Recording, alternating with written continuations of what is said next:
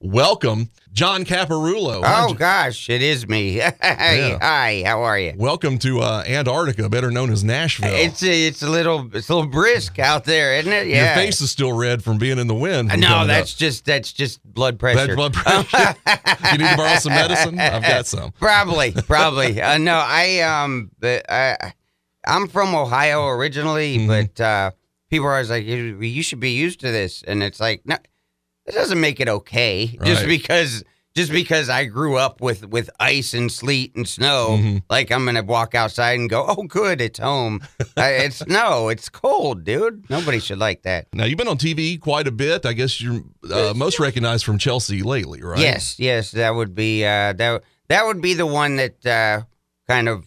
I mean, I had a few fans, but then chicks became fans, which is always a good thing. Yeah, that's how I got my wife. Yeah, seriously. But I got more women fans and gay dudes, and and it made my audience a lot fuller, right? From that show. How you got your start at the Comedy Store, right, in L.A., the doorman? Because we had Steve Ranazizi in here last week, and he said that he was a doorman at the Comedy Store. Yeah. Is that how you get your foot in there? It's like Sam Kinison was a doorman, which was sort of a thing that I told myself night after night when I was a doorman. Because it gets rough. It's not something like while you're working the door at the Comedy Store, you're like, oh, this is great.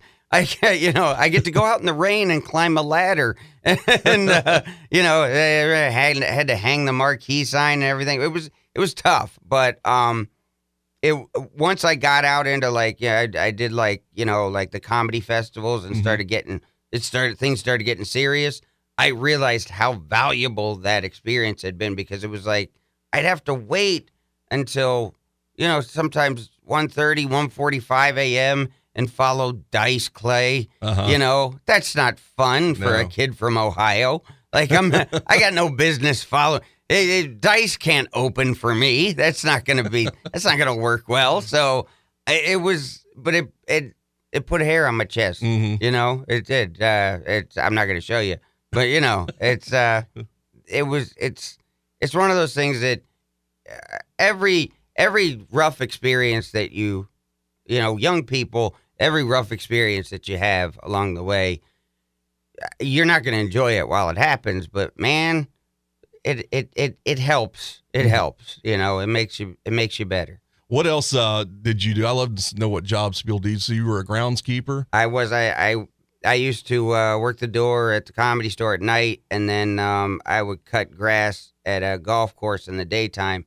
That's early work right there. Isn't it? Yeah, burning the candle at both ends. Yeah, it's a very healthy lifestyle comedy. Yeah, it's why it's why we all live so long. But it really is. It's I remember because I got the job at the golf course in Los Angeles because I had experience from working at one. Plus, I had a college degree. But I had experience working at one in Ohio where I got attacked by a swan, and that's not fun. And then, but I wanted a job that I didn't have to think.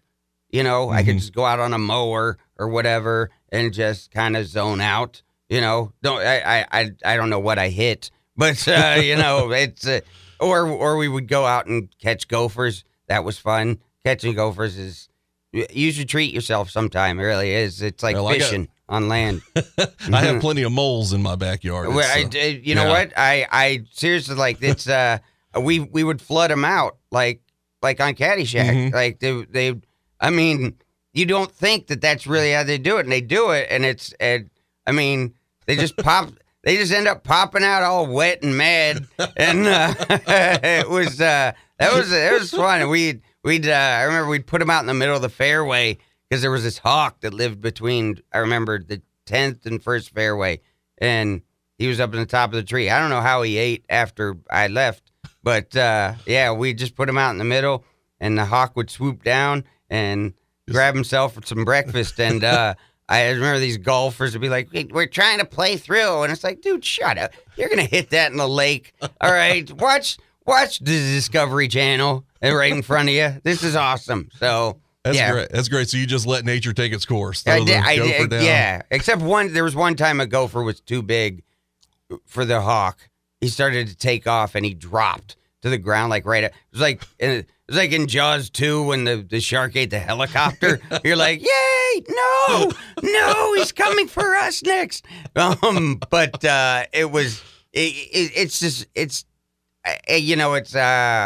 it's very graphic, but you don't actually see the eating part of it. He just basically chokes him out and then takes off, and then you find a gopher carcass somewhere later under a tree.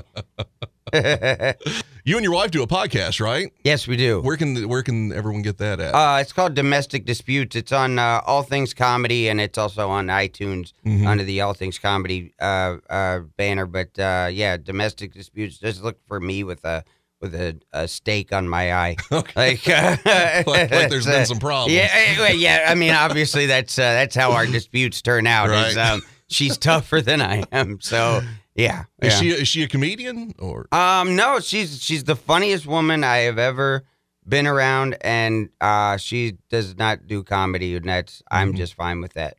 Okay. Yeah, absolutely. Well, because it really is like with stand-up comedy, it's almost like there needs you like to keep your profession separate from your home life, and I think it's best, when we got together, she had no aspirations to be a stand-up comic, but I don't think she knew she was funny till I guess, I molded her into being funny. She had a funny spark, and I harnessed it. I'm such a jerk for saying that, but no, she really is. She's a quick wit. She really is. All right, and you can get that on iTunes. It's called Domestic Disputes. Any plans for any? You have any comedy specials coming up? You know what? I have a special that's on Netflix that's been on, and then I have a thing that I do every month called Caplets. It's I do like 7 minutes of new stuff every month, and then it goes out on my website and on Hulu. And then it goes to, like, I think YouTube after that. But if you want to see it early, it goes to Hulu first. Okay. All right. John Caparulo, thanks for stopping by, buddy. Thank you for having me.